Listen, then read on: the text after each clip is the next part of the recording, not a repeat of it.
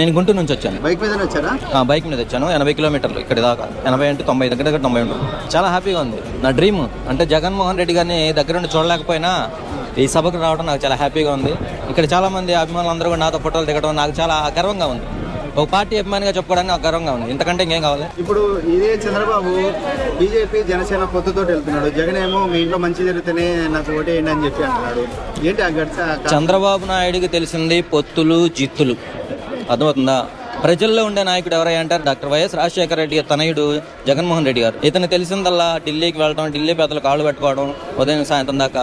ఇప్పుడు కాంగ్రెస్ గవర్నమెంట్ హయాంలో రాత్రి అయితే చిదంబరంతో పొత్తు పెట్టుకున్నాడు. ఒక్కడిగా పోటీ చేయలేని దిక్కుమాలినటువంటి పరిస్థితిలో ఉన్నటువంటి చంద్రబాబు నాయుడు, పవన్ కళ్యాణ్, బీజేపీ వాళ్ళు పొత్తిస్తారు, ఇల్లు పొత్తిస్తారు, సిపిఎం ఇట్లా అర్థమైన పార్టీలందరినీ కలుపుకొని ఒక్కడిని ఎదిరించడం కోసం అంతమందితో పొత్తులు పెట్టుకుంటా ఉన్నాడు. ఒకటి గుర్తుపెట్టుకోండి, 2024 సంవత్సరంలో మా ప్రభుత్వం